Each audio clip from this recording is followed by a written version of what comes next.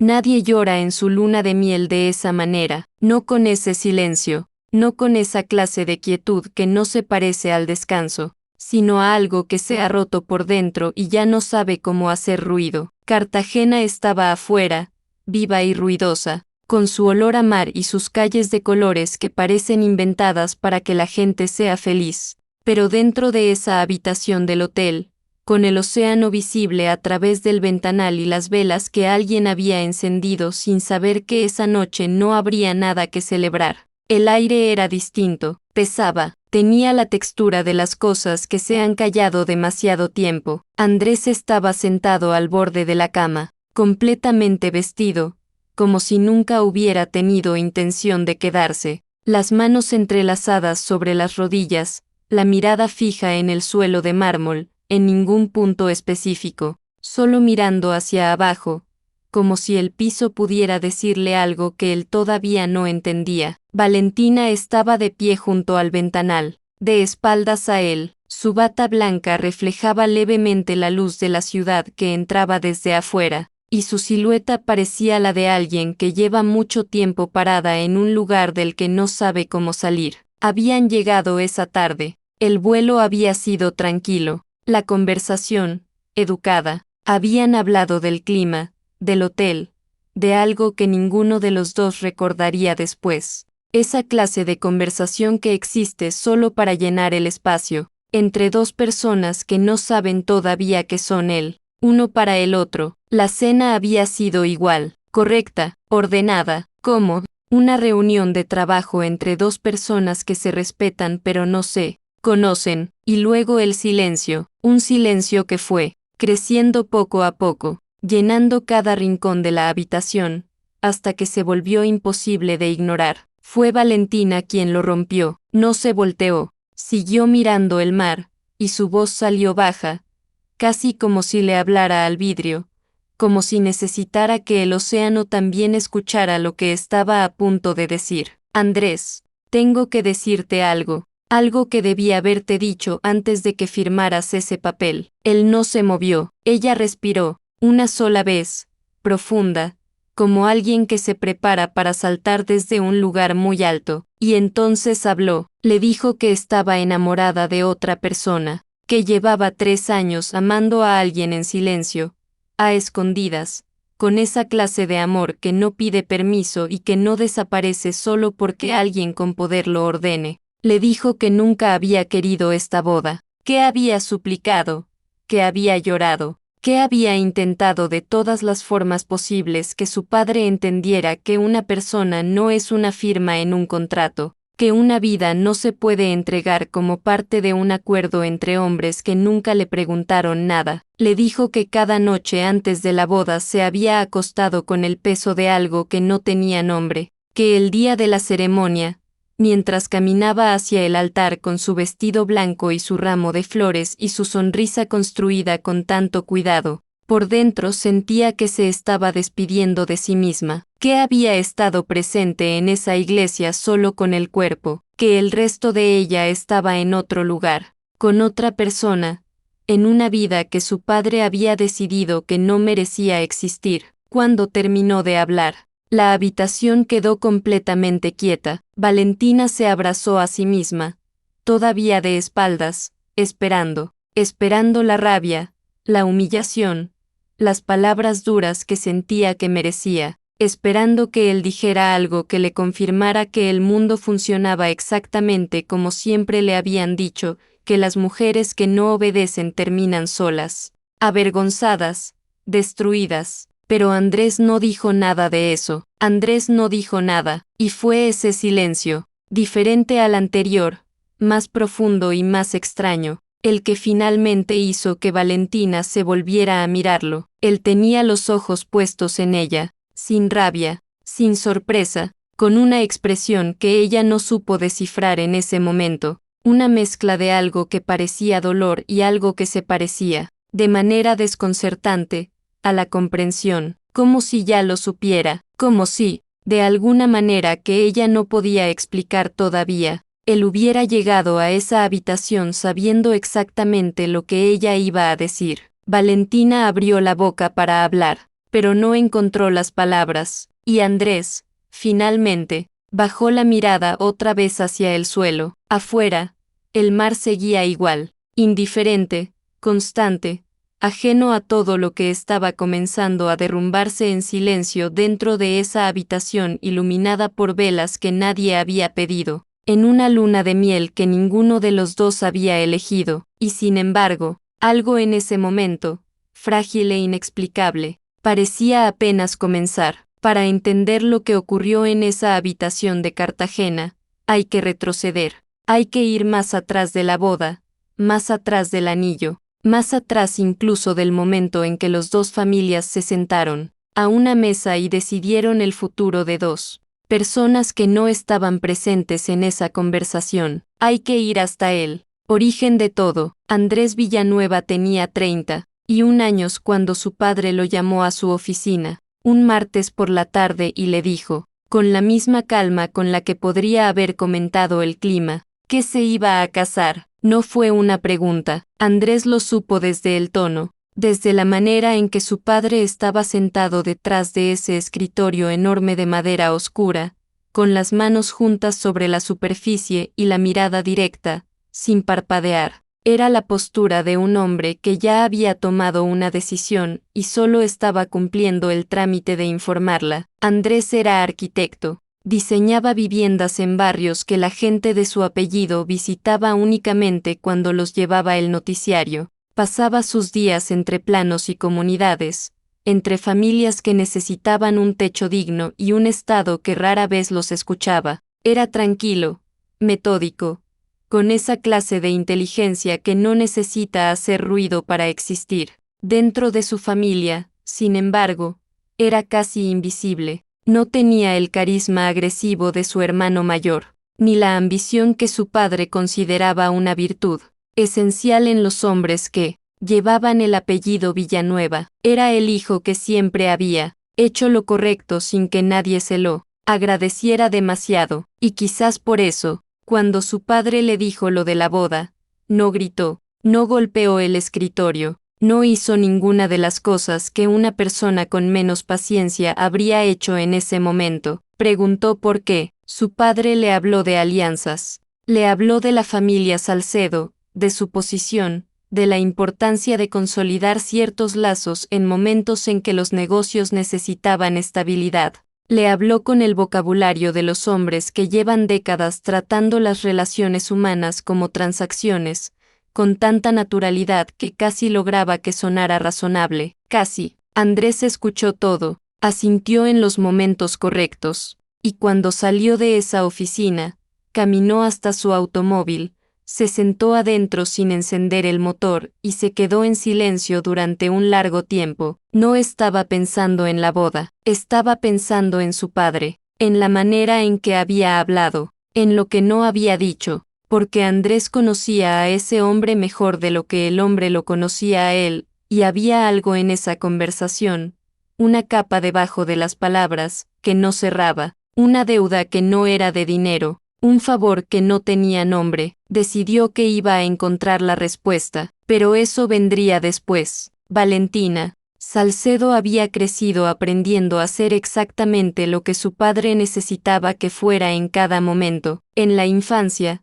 fue la hija obediente. En la adolescencia, la estudiante brillante que nunca causaba problemas. En la universidad, la joven seria que se graduó con honores y que usó su inteligencia únicamente en las direcciones que don Rodrigo aprobaba. Estudió Derecho Internacional porque era prestigioso. Hizo una maestría porque sumaba. Acumuló logros como quien llena una vitrina, sabiendo que la vitrina no era suya, que existía para ser vista por otros. Por dentro, Valentina era otra persona completamente. Era alguien que leía hasta las 3 de la mañana, que tenía opiniones fuertes y las guardaba como si fueran algo peligroso, que sentía las injusticias con una intensidad física, en el pecho, como algo que aprieta y no suelta, que había aprendido desde muy joven que en la casa de los Salcedo, la inteligencia de una mujer era bienvenida únicamente cuando decoraba,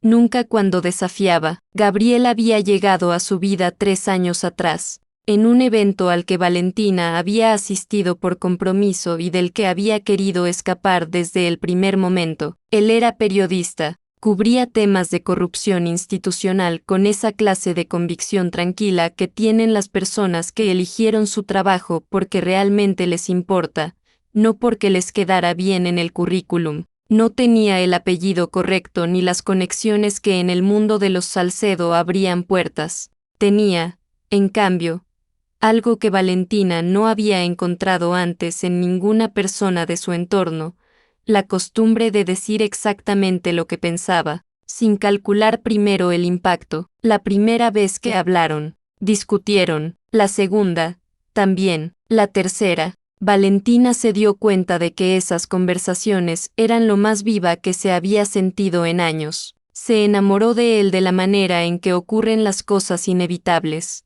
sin que nadie dé permiso, sin que nadie pueda explicar exactamente el momento en que cruzaron la línea. Simplemente un día estaba del otro lado y no había manera de volver. Lo mantuvieron en silencio, lo protegieron, lo vivieron en los márgenes de una vida que Valentina le mostraba a su padre y que no se parecía en nada a la vida que sentía como propia, hasta que su padre se enteró. No fue un descubrimiento dramático. Don Rodrigo tenía personas a su alrededor cuya función era exactamente esa: observar, reportar, mantenerlo informado de todo lo que ocurría dentro de su órbita familiar. Un día simplemente lo sabía, y la manera en que se lo dijo a Valentina no fue con rabia sino con algo mucho más frío, una descripción precisa de todo lo que podía perder Gabriel si ella no terminaba la relación de inmediato. No la amenazó a ella, la amenazó a través de él, y eso fue suficiente. Valentina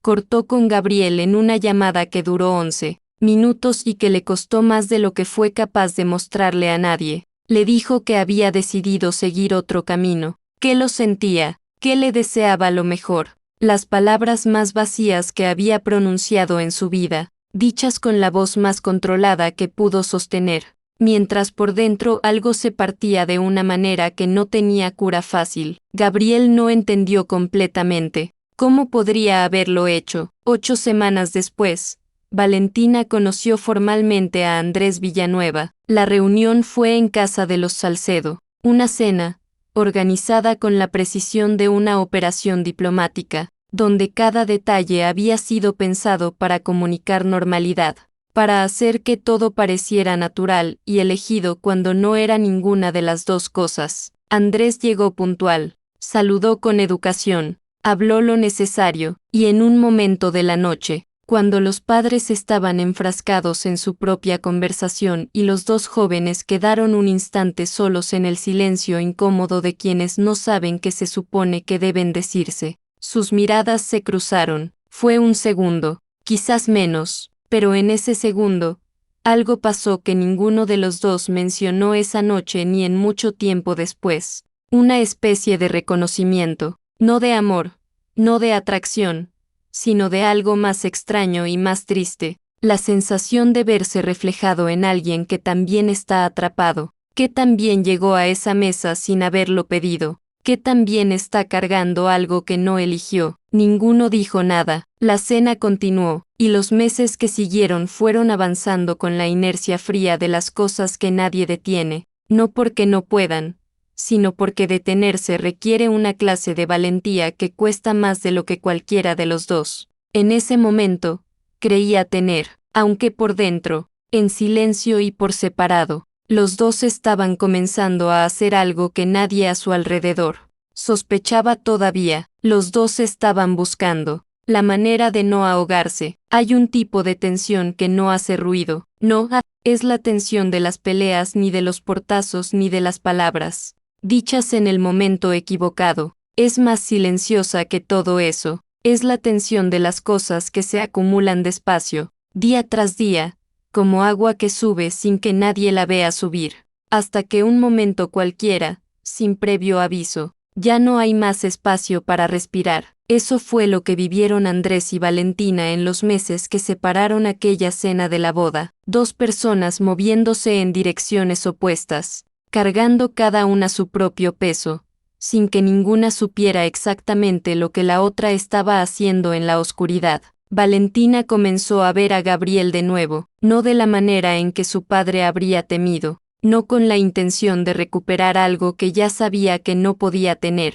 Lo buscó porque necesitaba que él entendiera, porque había terminado esa relación con 11 minutos de palabras vacías y una explicación que no era verdad, y eso la estaba consumiendo de adentro hacia afuera. Se encontraron en un café pequeño en un barrio donde nadie los conocía. Gabriel llegó primero. Cuando Valentina entró y lo vio sentado junto a la ventana, con esa expresión suya de quien espera sin saber exactamente qué está esperando, sintió el peso de todo lo que no le había dicho caerle encima de golpe. Se sentó, pidió un café que no tomó, y habló, le contó lo del ultimátum de su padre, no todo, pero suficiente. Le explicó que la amenaza no había sido contra ella sino contra él, y que esa había sido la razón, la única razón, por la que había colgado el teléfono ese día y había construido un muro entre los dos con materiales que no eran suyos. Gabriel la escuchó en silencio. Cuando ella terminó,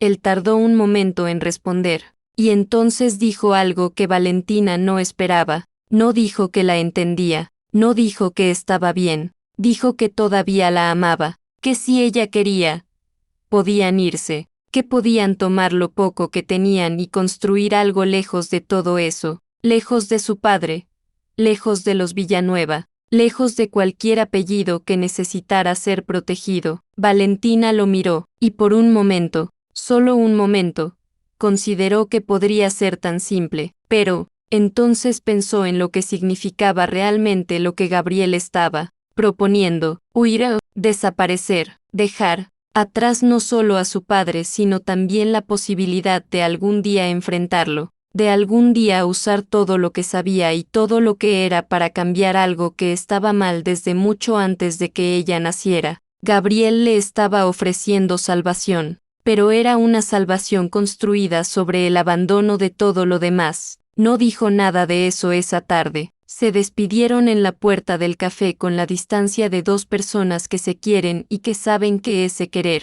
por sí solo, no es suficiente para resolver todo lo que está roto. Valentina caminó de regreso a su auto sintiéndose más sola que antes de haber ido. Mientras tanto, Andrés estaba siguiendo un hilo. Había comenzado con una pregunta simple: ¿por qué? ¿Por qué esta boda era tan importante para su padre? ¿Por qué don Rodrigo Salcedo, un hombre con el poder y las conexiones que tenía, necesitaba este acuerdo específico con esta familia específica? Las explicaciones que le habían dado eran demasiado limpias, demasiado ordenadas, y Andrés había aprendido hace mucho tiempo que cuando una historia no tiene ninguna costura visible, generalmente es porque alguien trabajó muy duro para esconderlas. Habló con personas, despacio, con cuidado, sin levantar sospechas. Habló con un contador que había trabajado para su padre 20 años atrás y que ahora vivía retirado en una ciudad pequeña al norte del país.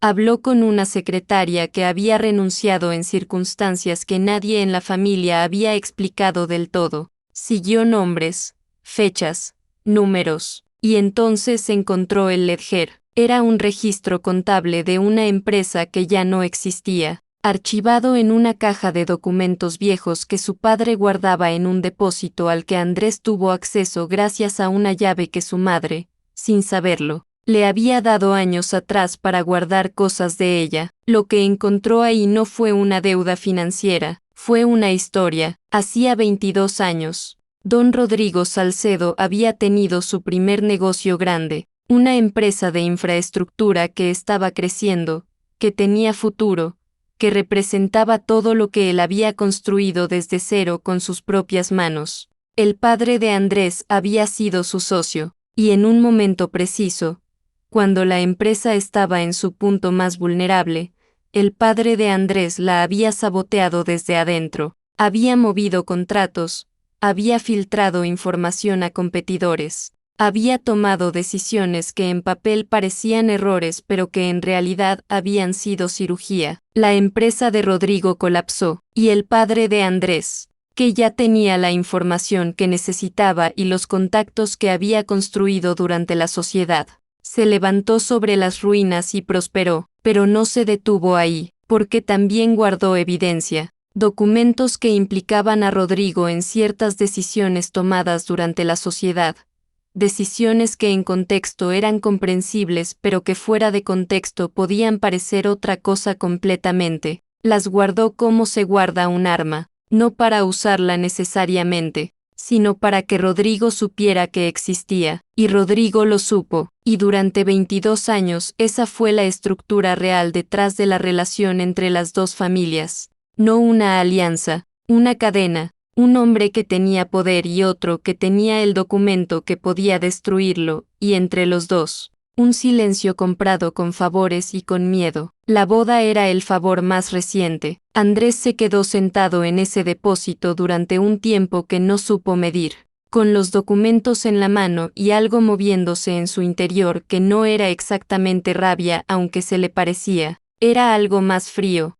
más decidido, la sensación de alguien que finalmente entiende el tamaño exacto del problema que tiene enfrente y que en lugar de achicarse, empieza a calcular. Fue esa misma semana que confrontó a su padre. La escena ocurrió en la misma oficina de siempre, con el mismo escritorio enorme y la misma luz que entraba desde la ventana detrás de él. Andrés llegó con los documentos. Los puso sobre la mesa sin decir nada primero, y esperó. Su padre los miró, luego lo miró a él, y no los negó. Lo que hizo fue algo que Andrés no había anticipado del todo y los explicó, con la calma de alguien que ha tenido décadas para construir una narrativa que le acomode.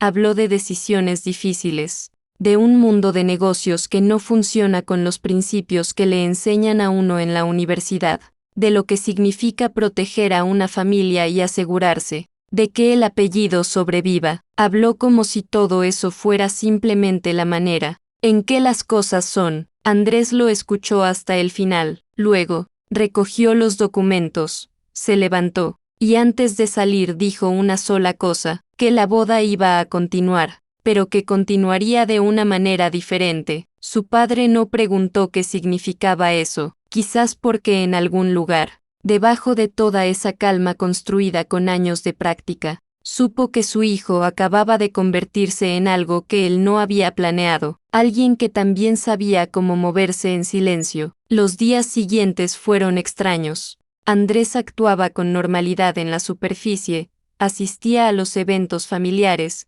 respondía mensajes, aparecía donde se esperaba que apareciera, pero por dentro estaba trabajando con una concentración que nunca le había dado a nada antes. Contactó a un abogado fuera de cualquier red familiar. Comenzó a construir algo con los documentos que había encontrado, algo legal, algo que tomaba tiempo pero que cuando estuviera listo sería sólido. Y 3 semanas antes de la boda, pidió una reunión privada con don Rodrigo Salcedo. De esa reunión, Andrés no le contó nada a nadie. Valentina, mientras tanto, había tomado su propia decisión. 2 días antes de la ceremonia, llamó a Gabriel por última vez. Le dijo la verdad completa esta vez, todo lo que no le había dicho en el café, todo el peso de lo que significaba la familia en la que había nacido y la trampa en la que estaba, y al final, le dijo que no iba a huir. Gabriel guardó silencio un momento, luego repitió su propuesta, que se fueran, que lo dejaran todo. Valentina cerró los ojos, y entendió algo que dolía de una manera particular, la manera en que duelen las verdades sobre las personas que uno ama, que Gabriel la quería de verdad, pero que la quería para él, para construir algo con ella, para salvarla hacia su lado. No le estaba preguntando qué necesitaba ella, le estaba ofreciendo lo que él habría necesitado en su lugar. No era lo mismo. Colgó el teléfono con suavidad, se sentó en el borde de su cama en la casa de su padre por última vez, y miró sus manos durante un rato largo, y no lloró, que era quizás lo más triste de todo. Al día siguiente se puso el vestido blanco, caminó por el pasillo de la iglesia con la mandíbula apretada y los ojos fijos al frente, y cuando llegó al altar y miró a Andrés, Él la estaba mirando de una manera que ella no supo descifrar en ese momento.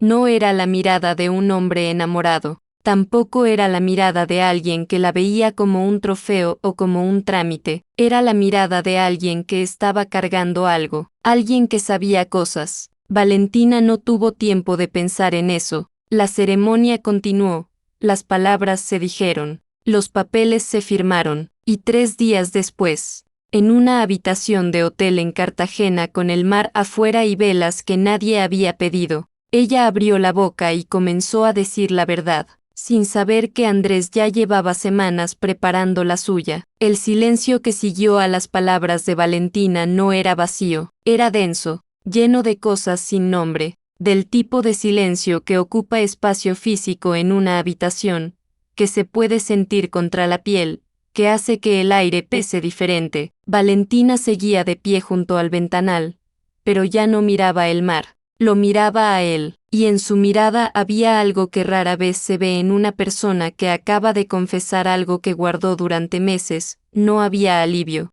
había miedo, el miedo específico de alguien que acaba de soltar una piedra enorme y todavía no ha escuchado el golpe cuando cae. Esperaba rabia, esperaba frialdad, esperaba cualquiera de las reacciones que el mundo le había enseñado a esperar de los hombres cuando una mujer no es lo que se suponía que debía ser. Andrés no hizo ninguna de esas cosas. Se quedó sentado al borde de la cama, con las manos todavía sobre las rodillas, y por un momento tan largo que Valentina empezó a preguntarse si había escuchado algo de lo que ella había dicho. Simplemente respiró, luego metió la mano al bolsillo interior de su chaqueta, sacó el teléfono, lo desbloqueó con movimientos lentos, casi cuidadosos, como alguien que sabe que lo que está a punto de hacer no tiene marcha atrás. Buscó algo en la pantalla, y entonces se levantó, caminó hacia ella, y le extendió el teléfono. Valentina lo tomó sin entender todavía. En la pantalla había un documento,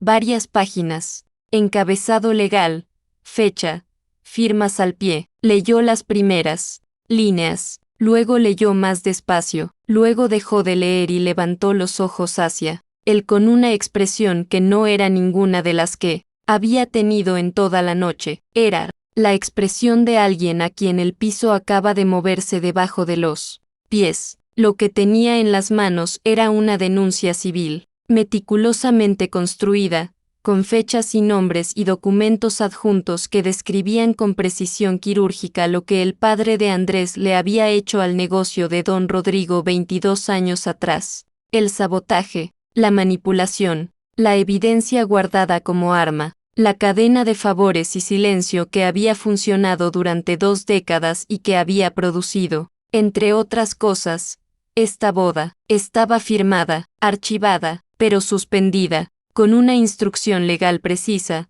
hacer pública la denuncia únicamente si Andrés daba la señal. Valentina no podía hablar. Andrés le dio un momento, luego le mostró algo más en el teléfono, un segundo documento, más corto, con el membrete de los abogados de don Rodrigo al pie. Era un acuerdo privado, firmado por su padre y por Andrés 3 semanas antes de la boda. Lo había negociado él solo, sin decirle a nadie, en una reunión que Rodrigo había aceptado porque no había tenido otra opción. Valentina lo leyó. El acuerdo establecía que el matrimonio procedería, pero bajo condiciones completamente diferentes a las que su padre había imaginado. Valentina tendría independencia legal y financiera total desde el primer día. Su nombre no aparecería vinculado a ninguna obligación familiar, ningún acuerdo de negocios, ninguna deuda heredada. Cualquier decisión profesional que ella tomara sería exclusivamente suya, sin interferencia de ninguna de las 2 familias. Y al final, una cláusula que Valentina tuvo que leer 2 veces para creer que estaba ahí. Después de 1 año, cualquiera de los 2 podía disolver el matrimonio sin consecuencias, sin penalidades, sin que ninguna familia pudiera intervenir, objetar, o usar la disolución como instrumento de presión. Su padre lo había firmado, porque Andrés se había sentado frente a él con los documentos. del sabotaje y le había dado exactamente una opción. Valentina bajó el teléfono lentamente. Tenía tantas cosas, moviéndose al mismo tiempo en su interior, que no sabía por cuál empezar. Confusión, algo que se parecía a la gratitud pero que era más complicado que eso. Una pregunta que no sabía cómo formular. Andrés habló primero, lo hizo en voz baja, sin dramatismo,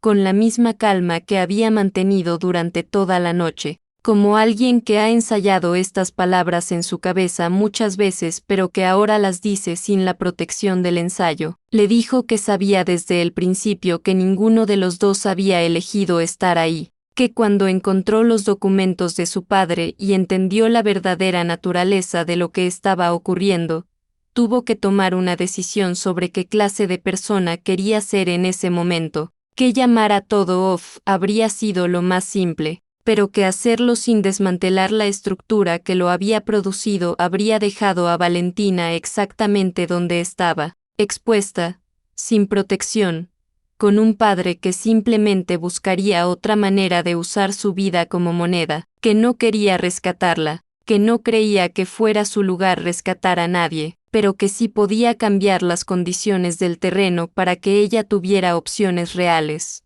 para que el año que venía, fuera lo que fuera, lo viviera como una persona libre y no como alguien, cumpliendo una condena. Luego, dijo la parte que Valentina no esperaba, dijo que no le había contado nada de esto antes de la boda porque no quería que ella sintiera que le debía algo, que si lo hubiera sabido, cada decisión que tomara durante ese año habría estado teñida por la deuda, por la obligación de estar agradecida, por la presión de corresponder de alguna manera a lo que él había hecho, y eso habría sido otra forma de quitarle la libertad, más sutil que la de su padre pero libertad quitada al fin. Quería que el año fuera genuinamente suyo, sin que nadie le debiera nada a nadie. Valentina lo miró durante un tiempo largo, y entonces pasó algo que ninguno de los dos había planeado. Ella pensó en Gabriel, no con amargura, no con nostalgia exactamente,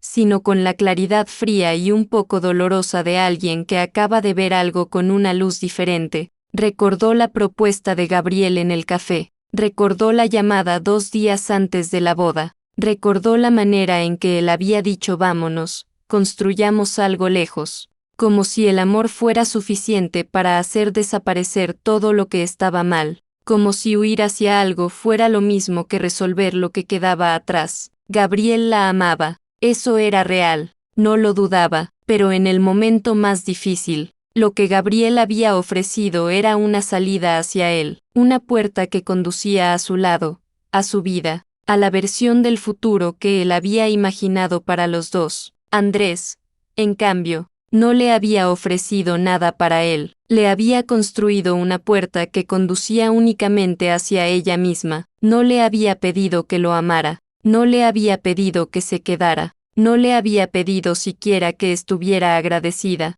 Había pasado semanas trabajando en silencio para devolverle algo que le habían quitado mucho antes de que él apareciera en su vida, la posibilidad de elegir. Valentina sintió algo moverse en su pecho, no sabía ponerle nombre todavía, era demasiado nuevo, demasiado inesperado, demasiado diferente a cualquier cosa que hubiera sentido antes. No era el amor urgente y necesario que había tenido con Gabriel. Era algo más quieto, más extraño, como reconocer en una persona un idioma que creías que solo hablabas tú. El teléfono seguía en su mano, afuera el mar continuaba igual, paciente, ajeno, eterno en su indiferencia. Valentina miró el documento una vez más, luego miró a Andrés, que había vuelto a sentarse al borde de la cama y que ahora miraba sus propias manos, sin exigirle nada, sin esperar nada visible,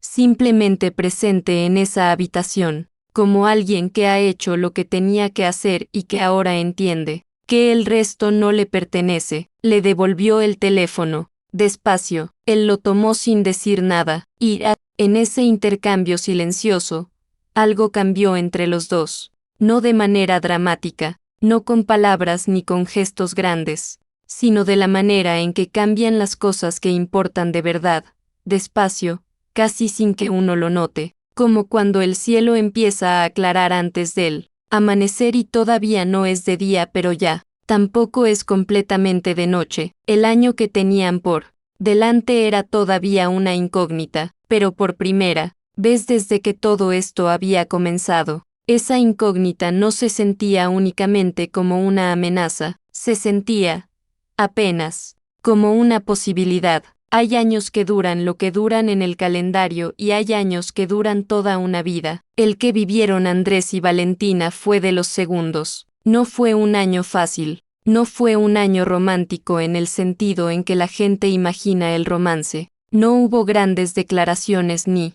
momentos diseñados para ser recordados. Fue algo más difícil y más honesto que todo eso. Fue un año en que dos personas que habían llegado juntas por las razones equivocadas decidieron, cada una por su cuenta y en silencio, convertirse en las personas que siempre habían querido ser. Y eso, descubrieron, es el trabajo más exigente que existe. Valentina empezó por los documentos, los mismos documentos que Andrés le había mostrado esa noche en Cartagena se convirtieron en el punto de partida de algo que ella construyó durante meses con una meticulosidad que su padre nunca le había visto aplicar a nada que no fuera complacerlo. Buscó a su propio abogado, alguien completamente ajeno a cualquier red familiar, y comenzó a construir una intervención legal que iba más allá de lo que Andrés había archivado. Ella conocía el derecho desde adentro,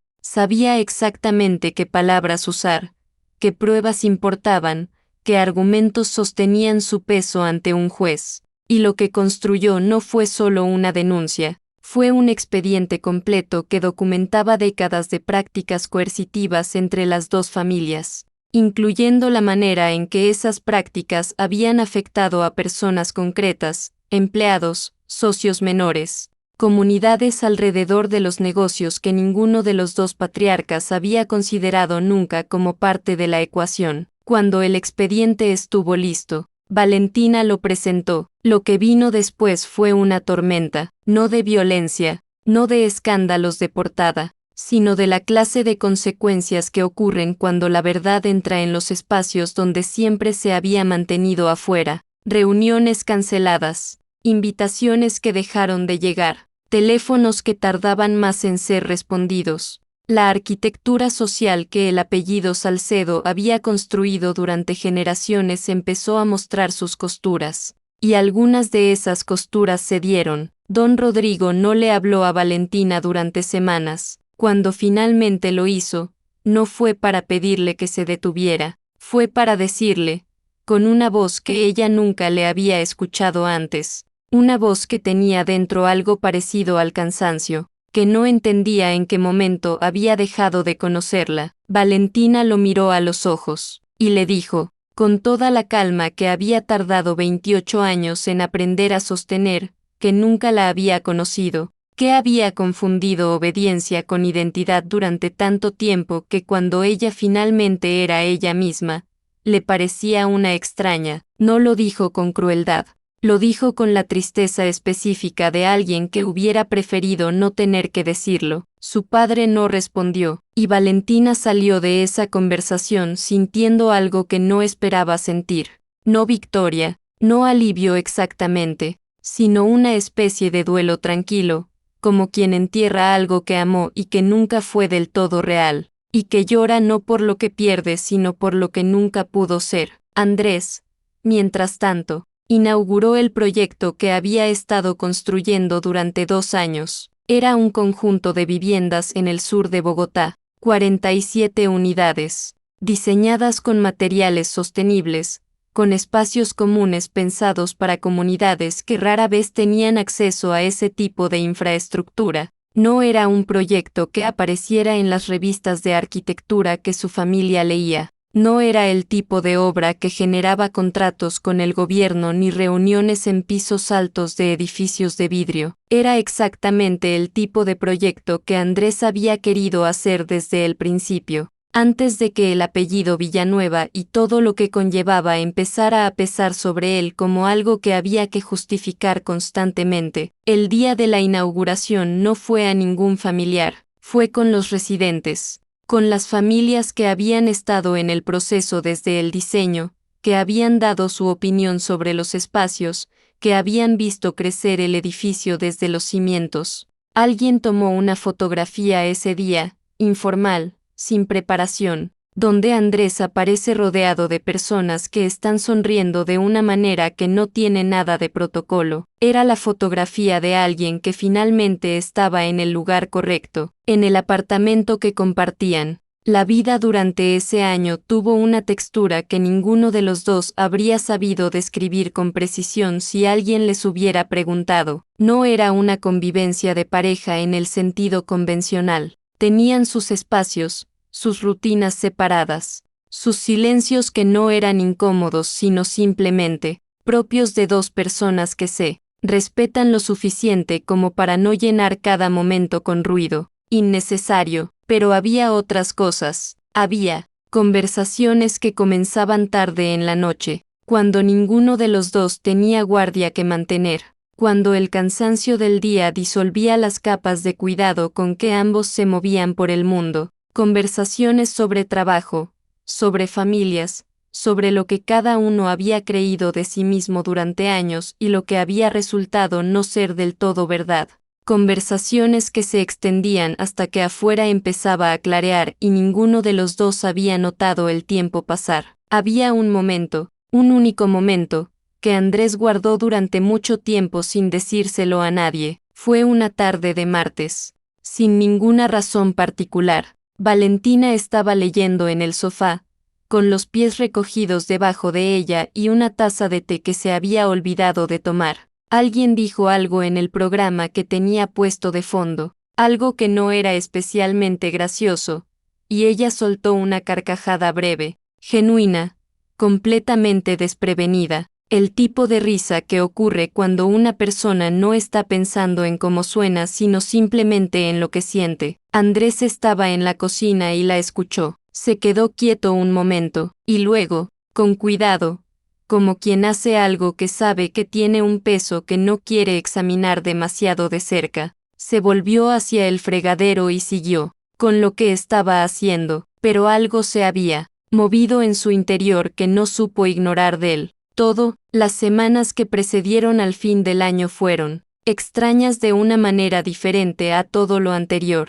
Había una fecha, los dos la sabían, ninguno la mencionó hasta que no quedó más tiempo para no hacerlo. Era la fecha que aparecía en el acuerdo que Andrés había negociado con don Rodrigo, el momento en que cualquiera de los dos podía tomar los papeles de disolución y firmarlos, y ese año particular terminaría de la manera más ordenada y más acordada posible. Andrés preparó los documentos con anticipación, lo hizo con la misma meticulosidad con que había hecho todo lo demás. Los revisó, se aseguró de que estuvieran completos, de que la disolución no dejara ningún cabo suelto que pudiera usarse después como instrumento de presión por ninguna de las dos familias. Los dejó sobre la mesa del comedor una mañana antes de salir al trabajo, junto a un bolígrafo. Valentina los encontró cuando volvió esa tarde. Se quedó de pie frente a la mesa durante un tiempo que no supo medir.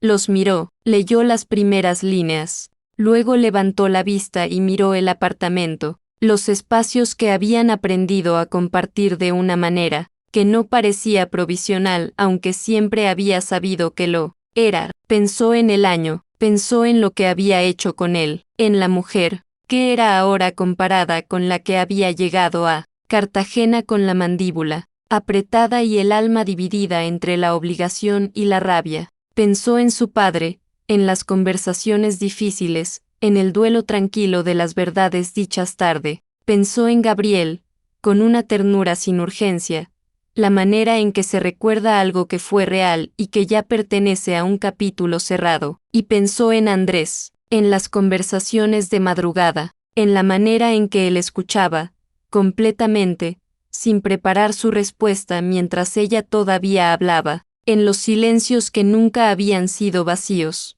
en la risa que él no había fingido no escuchar esa tarde de martes, aunque los dos sabían que la había escuchado, en la clase de persona que construye puertas para otros sin pedirles que pasen por ellas. Tomó el bolígrafo, lo sostuvo sobre el papel durante un momento, y entonces lo dejó sobre la mesa, no sobre el documento. Al lado, fue hasta la cocina. Preparó 2 tazas de té, aunque sabía que Andrés no llegaría hasta dentro de una hora, y se sentó a esperar de una manera que no se parecía a ninguna de las otras veces que había esperado algo en su vida, sin miedo, sin cálculo, sin la sensación de estar cumpliendo el papel que alguien más había escrito para ella. Cuando Andrés entró y vio los documentos sobre la mesa con el bolígrafo al lado y a Valentina sentada con 2 tazas de té, se detuvo en el umbral, la miró, ella lo miró, y entonces Valentina dijo, en voz baja, con esa calma nueva que había tardado un año en construir y que era completamente suya, ¿y si no los firmamos todavía? Andrés no respondió de inmediato, se quedó en el umbral un momento más, con la mano todavía sobre el marco de la puerta, y en su mirada había algo que Valentina reconoció porque era lo mismo que sentía ella. No la certeza de un final feliz,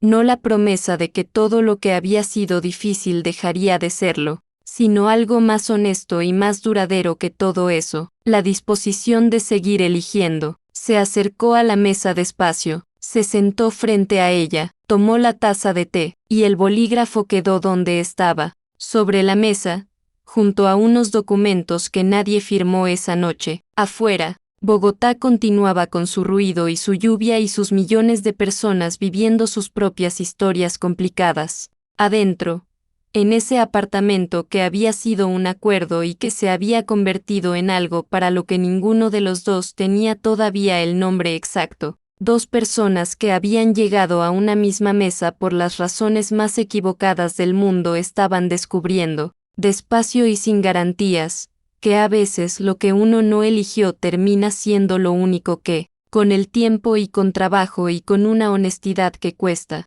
empieza a parecerse a lo que hubiera elegido, no porque el mundo hubiera sido justo con ellos, sino porque ellos habían decidido ser justos con ellos mismos.